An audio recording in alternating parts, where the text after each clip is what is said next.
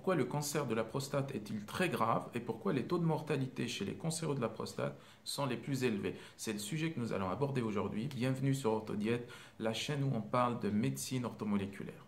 On dit souvent que la prostate est une glande accessoire dans la fonction de la reproduction. Elle fait partie de l'appareil de reproduction, mais elle a un rôle secondaire. C'est ce qu'on dit en tout cas.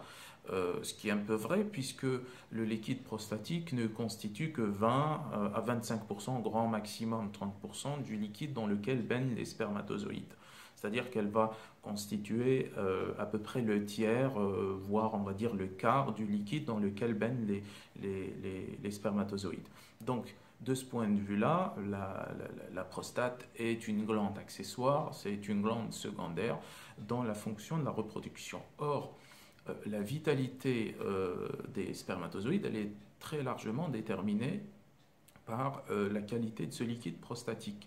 C'est ce qu'on voit dans plusieurs études, des gens qui ont un liquide prostatique qui n'est pas forcément riche dans sa composition, eh bien, ils ont soit une infertilité, soit des difficultés bien entendu, à avoir des enfants.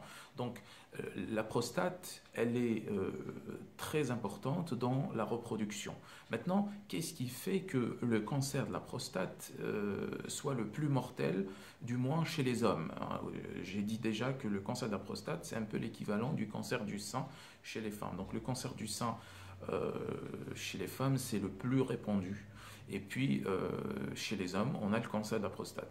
Maintenant, qu'est-ce qui fait qu'il est très grave? C'est que malgré qu'on a plusieurs marqueurs qui permettent de le dépister et qui permettent même d'évaluer sa progression, etc., ça reste toujours très très difficile de le dépister dès le début. Et en général, quand les symptômes sont là, quand les symptômes qui sont associés au cancer de la prostate et qui permettent d'établir un diagnostic clinique, quand ils sont là, c'est déjà trop tard. C'est que la personne a déjà un cancer assez évolué et qu'elle est dans un stade avancé.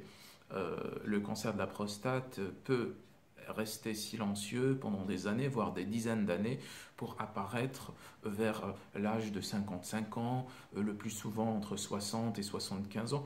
Donc c'est ça qui constitue la gravité du cancer. En général, vous savez que quand on a un cancer, quel qu'il soit, que ce soit de la prostate ou autre, qui est dans un stade avancé, c'est qu'on a très peu de chance, en tout cas, pour s'en sortir. Et c'est pour ça qu'il y a un taux de mortalité très élevé par rapport au cancer de la prostate. Donc, dans ce sens-là, moi, j'ai réalisé une formation sur le cancer de la prostate et sur les applications de la nutrition et de la médecine orthomoléculaire dans la thérapie et la prévention contre le cancer de la prostate. Donc, si vous êtes intéressé par le sujet, si vous êtes vous-même praticien et que vous traitez ou vous soignez des gens qui ont le cancer de la prostate, et aussi si vous êtes vous-même patient ou atteint de cancer de la prostate, je vous recommande fortement cette formation. C'est une formation très complète qui est basée sur les plus récentes études scientifiques sur le sujet de la médecine orthomoléculaire et de son application dans le cancer de la prostate. Donc allez-y, cliquez sur le i comme info ici ou dans le lien dans la description, parce que vous allez trouver une vidéo de présentation où vous allez apprendre beaucoup de choses, même si vous ne prenez pas la formation. Et voilà, moi je vous dis à très bientôt dans une prochaine vidéo.